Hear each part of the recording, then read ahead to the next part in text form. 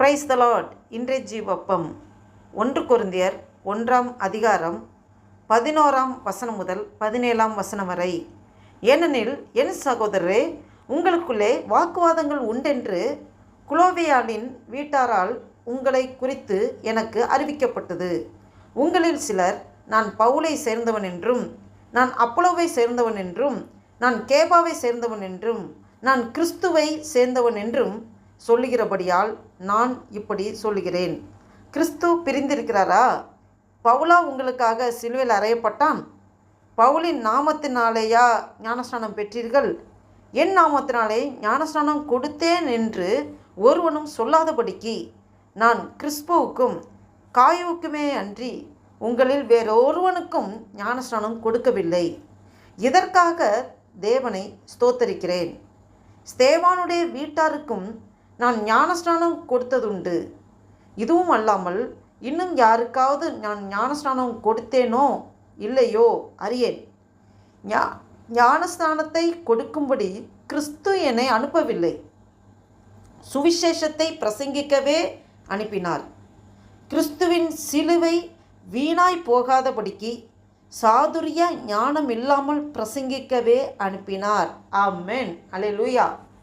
பாருங்க, அப்போஸ்தலனாகிய பவுல் கொரிந்தியருக்கு எழுதின நிருபம் 1ஆம் நிருபத்திலே நாம் இப்படியாக வாசிக்கிறோம். அதாவது, ஏனெனில் என் சகோதரே, உங்களுக்குள்ளே வாக்குவாதங்கள் உண்டென்று குலோவேயாளின் வீட்டாரால் உங்களை குறித்து எனக்கு அறிவிக்கப்பட்டது. உங்களில் சிலர் பவுலை சேர்ந்தவன் என்றும், நான் அப்போலோ சேர்ந்தவன் என்றும், நான் கேபாவை சேர்ந்தவன் என்றும், நான் கிறிஸ்துவை சேர்ந்தவன் என்றும் சொல்லுகிறபடியால் நான் இப்படி சொல்கிறேன் என்று அப்போஸ்தலனாகிய பவுல் சொல்கிறார். இதை நேற்றைய தினத்தில் நாம் தியானித்தோம். அப்போ இப்படிப்பட்ட பிரிவினைகள் ஏன் உங்களுக்குள்ளே, ஏன் இந்த பிரிவினைகள், ஏன் வாக்குவாதங்கள் உங்களுக்கு இருக்குது? கிறிஸ்து பிரிந்திருக்கிறாரா? பவுலை உங்களுக்காக சிலுவையில் அறையப்பட்டான், பவுலின் நாமத்தினால ஞானஸ்நானம் பெற்றீர்கள் அப்படின்னு பவுல் ஆதங்கத்தோட கொஸ்டினபுளாக கேட்குறாரு. அப்போ என் நாமத்தினாலே ஞானஸ்நானம் கொடுத்தேன் என்று ஒருவனும் சொல்லாதபடிக்கு நான் அப்படி யாரும் ஒருவனும் என் நாமத்தினால தான் ஞானஸ்நானம் நீங்கள் கொடுத்தீங்கன்னு ஒருவனும் சொல்லாதபடிக்கு நான் கிறிஸ்புவுக்கும் காய்க்குமே அன்றி வேறு ஒருவனுக்கும் நான் ஞானஸ்நானம் கொடுக்கலன்னு சொல்கிறாரு. இதற்காக நான் தேவனை ஸ்தோத்தரிக்கிறேன்னு சொல்கிறாரு. நான் ஞானஸ்நானம் கொடுக்கறதுக்காக அழைக்கப்படலை. பாருங்கள், ஸ்தேவானுடைய வீட்டாருக்கும் நான் ஞானஸ்நானம் கொடுத்தது உண்டு. இதுவும் அல்லாமல் இன்னும் நான் யாருக்காவது கொடுத்தேனா இல்லையா அதை பற்றி எனக்கு தெரியாது அப்படின்றாரு.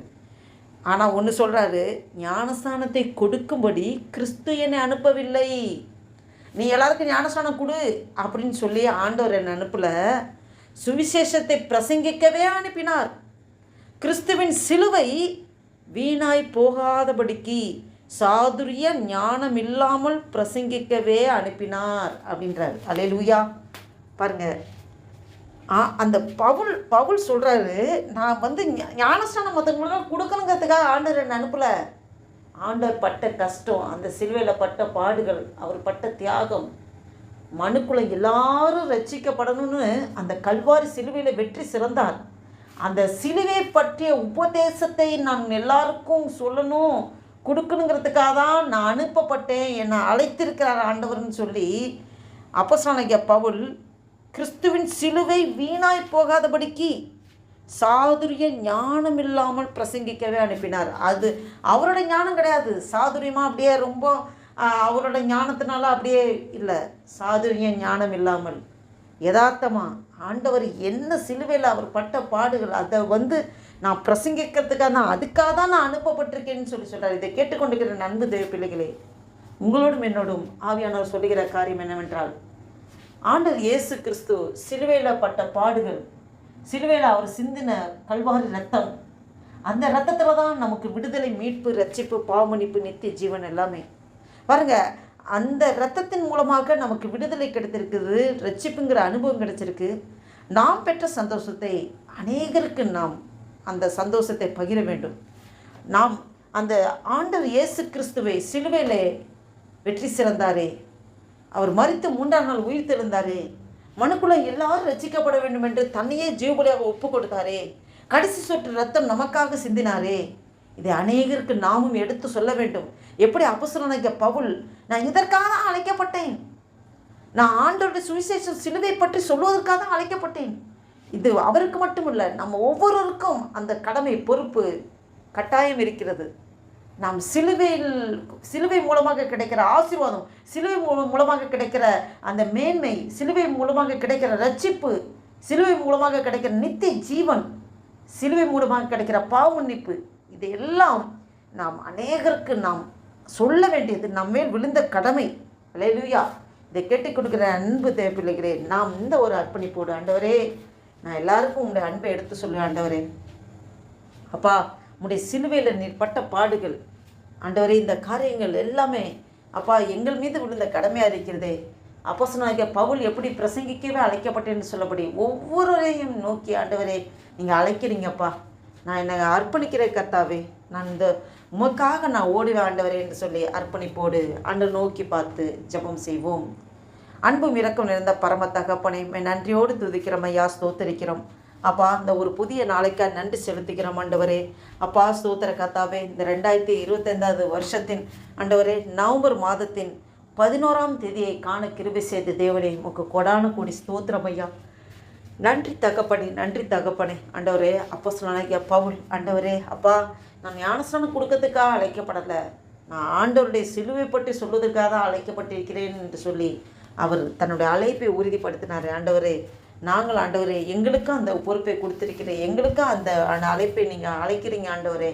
அப்பா உம்மை பற்றி உம்முடைய சிலுவையில் எங்களுக்கு கிடைத்த ஆசீர்வாதம், எங்களுக்கு கிடைத்த மேன்மை ஆண்டவரே எல்லாமே ஆண்டவரே அறியாமல் உள்ளவர்கள், இருளில் வாழ்கிறவர்கள் ஆண்டவரே அறியாத பிள்ளைகளுக்கு நாங்களும் சொன்ன ஆண்டவரே அப்பா, இப்படிப்பட்ட வாய்ப்புகளை, இப்படிப்பட்ட சூழ்நிலைகளை அப்பா சொல்லக்கூடிய ஒரு வாய்ப்பை நீங்கள் ஏற்படுத்தி தர முடியாது ஜெபிக்கிற கர்த்தாவே. நன்றி தகப்பனே, எங்களை முழுதுமாக அர்ப்பணிக்கிற கர்த்தாவே அப்பா. அந்த புதிய நாளை காண கிருபை செய்கிறேன். நன்றி அப்பா.